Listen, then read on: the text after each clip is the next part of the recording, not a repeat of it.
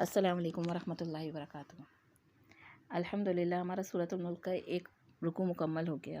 آج ہم اس پورے رکوع کے حوالے سے تھوڑا سا خلاصہ کرتے ہوئے مین چیزوں کو پہ نظر ڈالیں گے کہ ہم نے کیا کیا سیکھا اور کیا غور و فکر سے ہمیں سمجھ میں آیا، اور پھر اپنی زندگی میں ہم کس طریقے سے اس صورت کے حوالے سے بار بار اس کو اپنے ریمائنڈر کے طور پہ جب روز رات پڑھیں تو کون سی چیزیں جن کو ہم نے خاص طور پہ اس پہ نظر رکھنی ہے۔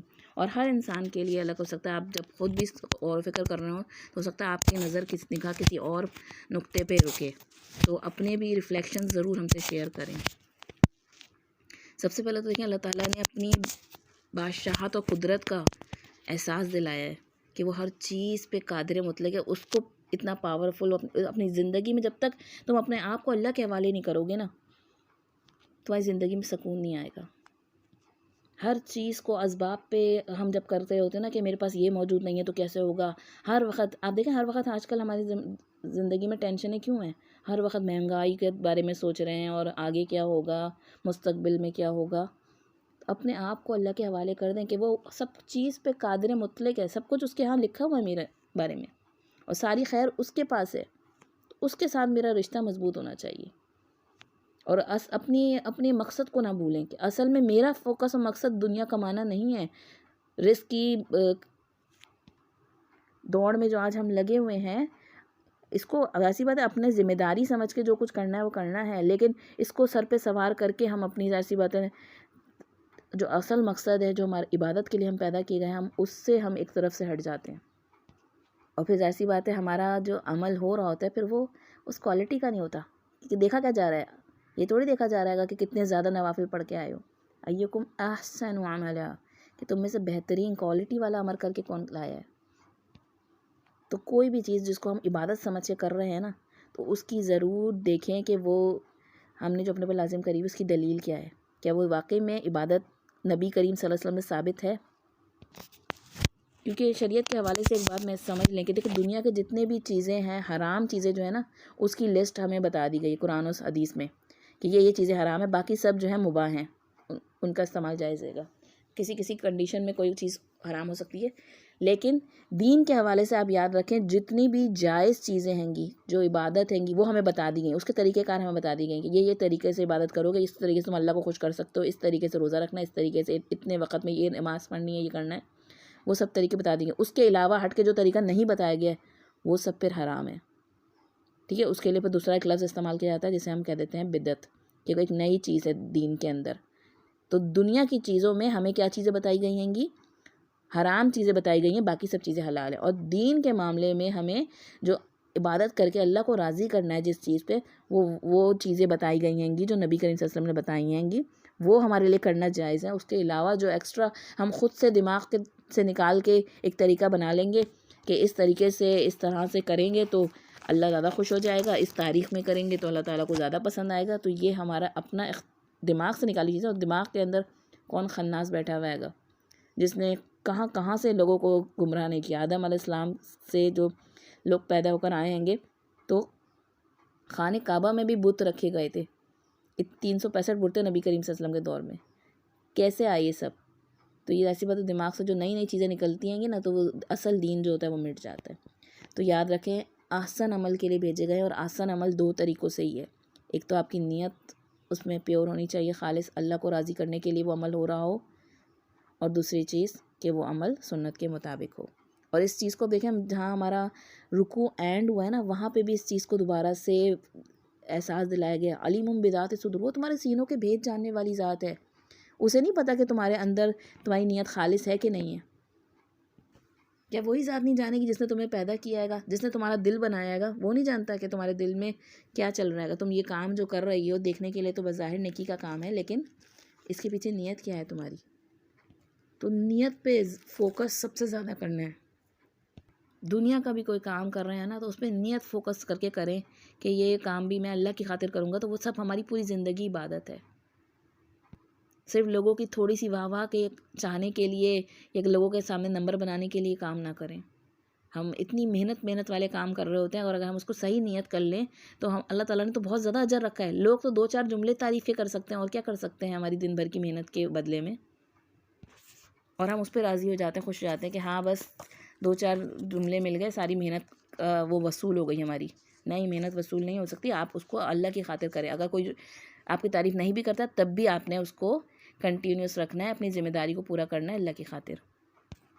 اور نیت کو خالص کرنے کے حوالے سے ایک بہت دل دہلانے والی حدیث ہے جو نبی کریم صلی اللہ علیہ وسلم نے فرمائی کہ قیامت کے دن سب سے پہلے جو جہنم کی آگ کو بھڑکایا جائے گا وہ 3 لوگوں سے بھڑکایا جائے گا. اور وہ 3 لوگ کوئی بہت بڑے بڑے گناہ گار نہیں ہوں گے، بلکہ سب سے پہلے اس کو ڈالا جائے گا، شہید کو لا کے ڈالا جائے گا جہنم میں. اور اللہ تعالیٰ سے پوچھے گا کہ تو نے میرے لیے کیا کیا؟ تو کہے گا یا اللہ میں نے اپنی جان بھی تیرے لیے دے دی. تو اللہ تعالیٰ فرمائے گا نہیں، تو نے تو بہادر کہلانے کے لیے، غازی کہلانے کے لیے کرا تھا، شہید کہلانے کے لیے. مطلب یہ تمغہ دنیا والوں کے سے زبان سے یہ سننا چاہتا تھا، تو وہ تمہیں کہہ دیا گیا دنیا میں. اب میرے پاس تمہارے لیے سوائے جہنم کی آگ کے کچھ بھی نہیں. اسی طرح ایک سخی شخص کو لایا جائے گا اور اس کو بھی جہنم میں ڈال دیا جائے گا کہ وہ سخی کہلانے کے لیے کہ میں یہ تو کتنی سخاوت کرتا ہے گا، لوگوں کو کتنا بانٹتا ہے گا، اصل میں لوگوں میں دکھاوا کرنے کے لیے سب کرتا تھا. اور پھر ایک قرآن پڑھنے والے شخص کو لایا جائے گا، قاری قرآن کو. اس سے پوچھے گا اللہ تعالیٰ کہ تو نے میرے لیے کیا کیا ہے میرے بندے؟ تو وہ کہے گا یا اللہ میں نے تیرے قرآن کو پڑھا اور اس کو سکھایا. تو اللہ کہے گا تو نے تو اس لیے پڑھا تھا تاکہ تو قاری کہلائے، تاکہ علماء عالم کہلائے، اور وہ تجھے دنیا میں ٹائٹل مل گیا. آج میرے پاس تیرے لیے کچھ بھی نہیں ہے آج سوائے جہنم کے. تو اپنی نیت کو بار بار خالص کرے کہ یا میں اللہ کے لیے قرآن سیکھ رہی ہوں، مجھے اللہ کے لیے پڑھنا ہے گا، مجھے اس سے کوئی دنیاوی فائدے حاصل نہیں کرنے ہیں. میں لوگوں کسی کے سامنے مشہور ہونے کے لیے، بہت پاک باز بننے کے لیے نہیں کر رہی، صرف اللہ کو راضی کرنے کے لیے سب کر رہی ہوں. اور جب ہمارے اندر اخلاص ہوتا ہے نا تو پھر ہمارے اندر سیلف موٹیویشن آتی ہے کہ کوئی ہمارے اوپر تعریف کرے یا ہماری تنقید کرے، اس کی ہمیں پرواہ نہیں ہوتی ہے کہ ہم پھر اپنے کام میں آگے جاری و ساری رہتے ہیں. تو پھر اپنی نیتوں پہ چیک اینڈ بیلنس رکھنا ہے. اور دن بھر کہ اصل میں اللہ تعالیٰ نے دیکھیں ہمیں دماغ دیا ہے نا، اور یہاں پہ خاص طور پہ عقل کی بات بھی آئی. اور عقل سے پہلے دیکھیں ایک چیز کی بات آئی ہے، سماعت کی بات آئی ہے، سننے کی بات. کہ وہ کہیں گے لو کننا نسمع او نعقل، کاش ہم سنتے اور ہم عقل سے کام لیتے. کیونکہ سماعت ایک ایسی چیز ہے جو اللہ تعالیٰ نے انسان میں سب سے پہلے رکھی ہے. سب سے پہلے انسان سنتا ہے، ماں کے پیٹ میں ہوتا ہے، ابھی کچھ دیکھا نہیں ہوتا ہے، لیکن بچہ سننا شروع کر دیتا ہے. اور یہ آخری حصہ جو ہم سے چھنتی ہے گی، مطلب موت کے وقت آخر دم تک انسان سن رہا ہوتا ہے، آس پاس بیٹھے لوگوں کی باتیں چاہے زبان بند ہو جائے، سب بند ہو جائے، لیکن سن رہا ہوتا ہے. تو ہمیں حق کی باتیں جو ہے نا وہ غور سے سننی ہے، دل لگا کر سننی ہے، تاکہ اس پہ ہم عقل سے کام تو لے سکیں، غور و فکر تو کر سکیں، اور اپنے سننے کی سماعت کو نا غلط کاموں میں انوالو نہیں ہونے دینا ہے. خاص طور پہ میوزک اور ایسی چیزوں میں جو ہمارے دل کو نفاق کی طرف لے جائیں، ہمارے دل کو مردہ کر دیتی ہیں. پھر اچھی باتوں کا بھی اثر نہیں ہوتا ہمارے دل پر. اور پھر رب سے ڈرنے کی بات آئی ہے. پہلے جہنم سے ڈرایا گیا کہ کس قدر شدید ہے وہ، اور پھر بتایا گیا کہ دنیا میں جو لوگ رب سے ڈرتے تھے ان کے لیے کتنا بڑا اجر ہے. اور جو پھر رب سے ڈرتے ہیں نا وہ حق بات کہنے سے نہیں ڈرتے، وہ حق بات کو آگے دوسروں تک شیئر کرتے ہیں، اس کو اپنی ذمہ داری سمجھتے ہیں کہ مجھے دوسروں کو بھی جہنم کی آگ سے بچانا ہے. مومن جو ہوتا ہے وہ خیر خواہ ہوتا ہے گا اور سب کے لیے خیر خواہی کرتا ہے. یہ نہیں کہ بس میرے گنے چنے لوگ ان کو بتا دوں گی، باقی سے سیلفش نہیں ہوتا مومن. مومن کی زندگی میں ہم نے شروع میں ہی پڑھ لیا تھا کہ برکت کیسے آتی ہے جب وہ سب کے ساتھ خیر خواہی کرے. تو آپ کو یہ بہترین راستہ اللہ تعالیٰ دکھا رہا ہے، تو آپ دوسروں کو یہ راستہ دکھائیں، دوسروں کو اس طرف آنے کی دعوت دیں، دوسروں کو کسی کو قرآن سے جوڑ دیں. نبی کریم صلی اللہ علیہ وسلم نے فرمایا نا تمہارے ذریعے کسی ایک بندے کا ہدایت کے راستے پہ آ جانا 100 سرخ اونٹوں سے بہتر ہے. یعنی آج کی آپ سمجھ لیں کوئی بہت بڑی بڑی لگژریز کار جو ہو نا، کیونکہ اس زمانے میں سرخ اونٹ جو ہوتا تھا بہت بڑی قیمتی شے سمجھا جاتا تھا. تو دنیا میں ہمیں کوئی ایسا بتائے، کوئی ایسی اسکیم نکل رہی ہے جس میں یہ اتنا کچھ ملنے والا ہے گا، تو ہم کتنا دوڑیں گے اس کے لیے. تو دوسروں کے لیے بھی حریص رہیں کہ وہ بھی ان تک میں پیغام پہنچا تو دوں. خالی ہمارا کام پیغام پہنچانا ہے گا، باقی آگے دل کھولنا، ہدایت دینا تو اللہ تعالیٰ کا کام ہے. ہم تھوڑی سی راہ دکھانے والے تو بن جائیں کسی کو. اور یہ رکوع ہمیں مزید دنیا کے حوالے سے کہ دنیا میں غور و فکر کرنا، ڈسکوری کرنا، سائنس میں آگے بڑھیں، پڑھیں، تعلیم حاصل کریں، منع نہیں کر رہا، بلکہ ان سب چیزوں کو بار بار کرتین بار بار ان پہ نگاہ دوڑاؤ، بار بار، تو تم عاجز ہو جاؤ گے، اللہ تعالیٰ کی طرف ہی جھکو گے جا کے. تمہارا دل اور تمہارا جسم جا کر آخر میں اینڈ پہ اللہ کے آگے ہی جھکے گا. بشرط یہ کہ اس نگاہ سے دیکھ اور پڑھ رہے ہوں، سیکھ رہے ہوں کہ یہ اللہ کی بنائی ہوئی تخلیق ہے، نہ کہ اس نگاہ سے کہ بس یہ تو نیچر میں ہے، خود بخود ہی ہوئے چلے جا رہا ہے۔ خود بخود ہی تو کچھ بھی نہیں ہوتا۔ دیکھیں کبھی ہوتا ہے آپ کا موبائل گرے اور ٹوٹ جائے، اس پہ اسکریچز آ جائیں، آپ اس کو لے جا کے مائکرو ویو میں رکھ دیں اور اگلے دن نکالیں وہ خود بخود ہی صحیح ہو جائے؟ نہیں ہوتا نا، خود بخود ہی کچھ نہیں ہوتا ہے، کرائیں گے صحیح تو صحیح ہوگا نا۔ تو اللہ تعالیٰ نے ہماری جسم میں ایسی طاقت رکھی، دیکھیں ہم خود بخود ہی ہماری باڈی کے روزانہ ٹیشوز جو ہوتے ہیں گے وہ چینج ہوتے ہیں گے، لیکن وہ خود بخود ہی نہیں ہوتے، وہ بظاہر لگ رہا خود بخود ہی ہوتا ہے۔ ان سب کو قائم کرنے والی ایک ذات ہے جو اس سب نظام کو چلا رہی ہے، میری پوری باڈی کا نظام، ایک ایک سیل، ایک ایک ٹیشو۔ جتنا زیادہ آپ غور و فکر کریں گے نا، اتنی زیادہ اللہ کی محبت آئے گی کہ واقعی میں اللہ تعالیٰ نے کیا کچھ انعام کیا ہے ہم پر، کیا کچھ دے رکھا ہے صرف اپنے ہمیں، اور ہم کتنے ناشکرے ہیں۔ ہم ہر وقت زبان سے کن باتوں کا ذکر کرتے ہیں، ہر وقت کن چیزوں کے لیے رونے لگتے ہیں گے، یہ ہو رہا ہے، وہ ہو جائے گا، پتہ نہیں آگے کیا ہوگا، یہ مہنگا ہو رہا ہے، پیٹرول یہاں جا رہا ہے، اور جو چیزیں جب ایسی بات زبان سے ہر وقت نیگیٹو باتیں نکلیں گی تو شکر والی پہلو تو چلا گیا نا۔ تو شکر والی چیزوں پہ غور کیا کرے، بار بار ایک ایک چیز کو پکڑ کے اللہ تعالیٰ کی دی ہوئی نعمت کو جتنا آپ غور کریں گے اتنا دل میں آپ کے اللہ تعالیٰ کی محبت میں اضافہ ہوگا۔ شکوے شکایتیں اور ان چیزوں سے بے پرواہ ہو جائیں گے آپ کے دل میں ایک سکون کی کیفیت آئے گی۔ اسی لیے کہا بھی جاتا ہے کہ نا ایسی جگہوں پہ جائیں کہ جہاں جا کر انسان کو عبرت ہو اور شکر آئے، جیسے کہ کسی ہاسپٹل میں جا کے لوگوں کو بیماری میں مبتلا دیکھیں تو اس سے شکر پکڑیں کہ اللہ تعالیٰ تو نے کتنی بڑی بڑی بیماریوں سے ہمیں محفوظ رکھا ہوا ہے گا۔ ذرا سا سر میں درد ہو جاتا ہے تو ہم لے کے بیٹھ جاتے ہیں گے، ہائے ہائے کر رہے ہوتے ہیں گے۔ تو جہاں کوئی تکلیف آئے تو اس سے بڑی تکلیف میں مبتلا لوگوں کی طرف نظر کریں، یہ ہمیں ہمارا دین سکھاتا ہے۔ ہمیں نبی کریم صلی اللہ علیہ وسلم کو اتنے انبیاء کے واقعات بار بار کیوں بتائے گئے ہیں گے؟ تاکہ آپ کا دل مضبوط ہو کہ جیسے ان کے ساتھ مشکل حالات گزرے، اگر آپ کے ساتھ آج مشکل حالات گزر رہے ہیں تو اس سے پہلے انبیاء کے ساتھ بھی بہت مشکل حالات گزرے ہیں۔ تو دوسرے کی تکلیف کو انسان جب محسوس کرتا ہے نا تو اپنی تکلیف پھر ہلکی ہو جاتی ہے، پھر انسان کے اندر شکر کا پہلو آتا ہے کہ اللہ تو نے مجھے تو ان سب چیزوں سے محفوظ رکھا ہوا ہے۔ تو اپنی ذات میں غور و فکر کرنا، کائنات میں غور و فکر کرنا، اور پھر اپنی ذات کی برائیوں میں غور و فکر کرنا۔ دوسروں کی برائیوں میں غور و فکر کرنے کی ضرورت نہیں ہے، اتنی زحمت نہ دیں اپنے اتنے چھوٹے سے دماغ کو کہ وہ ہر وقت ساری دنیا کی، ساری مخلوق کی برائیاں، سارے پولیٹیشنز کی اور سب کی ہم کرتے رہے تیا پاچا، بلکہ اپنی ذات کی خامیاں ڈھونڈیں، اپنے اندر بار بار تلاش کریں، یہ خامی ابھی بھی، یا اللہ اس کو سدھار دے، اس کو سنوار دے، یا اللہ میں کیسے تیرے سامنے حاضر ہو جاؤں گی اس کو ایسے ہی لے کر۔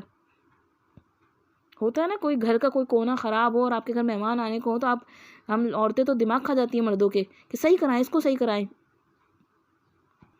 تو اپنی ذات میں اتنی خامیاں لیے ہوئے ہیں اور ہر وقت دوسروں پہ نکتہ چینیاں کرنے کو بیٹھے ہوئے ہیں، ہر وقت دوسروں پہ تبصرے کرے جا رہے ہیں گے، ملک کے فوج ایسی، ملک کا یہ ایسا، اور اس ملک میں تو کچھ رکھا نہیں، ہر وقت نیگیٹو سوچ، نیگیٹو باتیں، تو ظاہر سی بات ہے کہاں سے شکر آئے گا، کہاں سے دلوں کو سکون آئے گا؟ یہ سب باتیں بتانے کا مقصد ہے کہ ہم اپنے آپ کو چینج کرنے کے لیے واقعی میں تیار ہوں۔ یہ صورت بظاہر تھوڑی سی چیزوں پہ باتیں کر رہی ہے، لیکن آپ ان پہ غور و فکر کریں تو آپ کو ڈھیروں باتیں اپنے آس پاس نظر آئیں گی کہ جو ہم غلط کر رہے ہیں، جس کی وجہ سے آج ہم ان سب پریشانیوں، انزائٹی، ڈپریشن اور ان مشکلات کا شکار ہیں۔ یہ سب ہمارے اپنے کیے کرتوت ہیں یا اپنے کیے ہوئے اعمال ہیں جو ہمارے سامنے آ رہے ہوتے ہیں۔ تو ہمیں اللہ کے ہر فیصلے پہ راضی رہنا ہے اور اپنی زندگی میں اور اپنی اس کائنات میں غور و فکر کر کے اللہ کا بار بار اس کے آگے شکر سے جھکنا ہے، اور بار بار اپنے اندر ٹٹولنا ہے کہ میرے اندر کیا ہے، میں کوئی کام کر رہی ہوں تو کیوں کر رہی ہوں، میری نیت کیا ہے، میں کوئی چیز سوچ رہی ہوں تو کیوں سوچ رہی ہوں، اس سے مجھے کیا حاصل ہوگا، کسی کے انسان کے بارے میں سوچ رہی ہوں اس سے مجھے کیا حاصل ہوگا، اور میرا رب مجھے دیکھ رہا ہے، کیا رب کے سامنے یہ تصویر پیش کرنا چاہتی ہوں اپنی؟ جب ہم کہیں جا رہے ہوتے ہیں گے، تیار ہوتے ہیں تو آئینے میں اپنی شکل دیکھتے ہیں نا، تو رب تو میرا ہر وقت 24 گھنٹے میرے دیکھ رہا ہے مجھے، میرے دل میں کیا چل رہا ہے، تو کون سی پکچر ہے جو میں اپنے رب کے سامنے دکھا رہی ہوں۔ تو اپنے اندر کو خوبصورت بنانے کی کوشش،